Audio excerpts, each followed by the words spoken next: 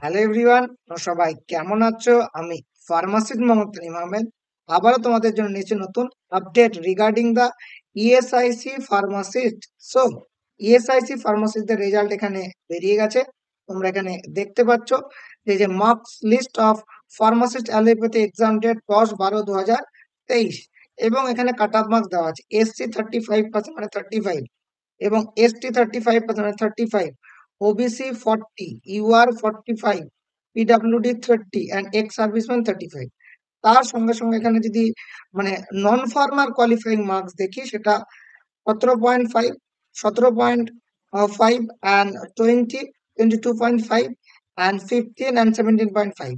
এখানে পরপর করে মার্কস গুলো দেওয়া আছে, মিনিমাম কোয়ালিফাইং মার্কস।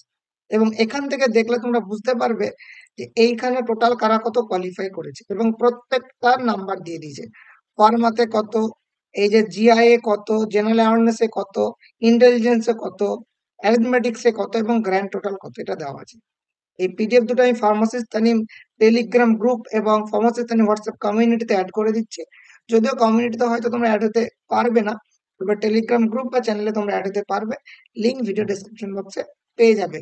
সো যারা স্কোর করেছে এখনো ফাইনাল লিস্ট দেয়নি কার কারা সিলেক্টেড হয়েছে। সো এখন স্কোর দেখলে তোমরা বুঝতে পারবে যে সিলেকশনের কত সম্ভাবনা আছে। সেটা তোমরা নিজেদের স্কোর গুলা দেখে নাও। So thank you so much. Stay on the pharmacist training for further update of any kind of pharma job, government job, or WBHF update. Also, thank you so much. Stay on the pharmacist training.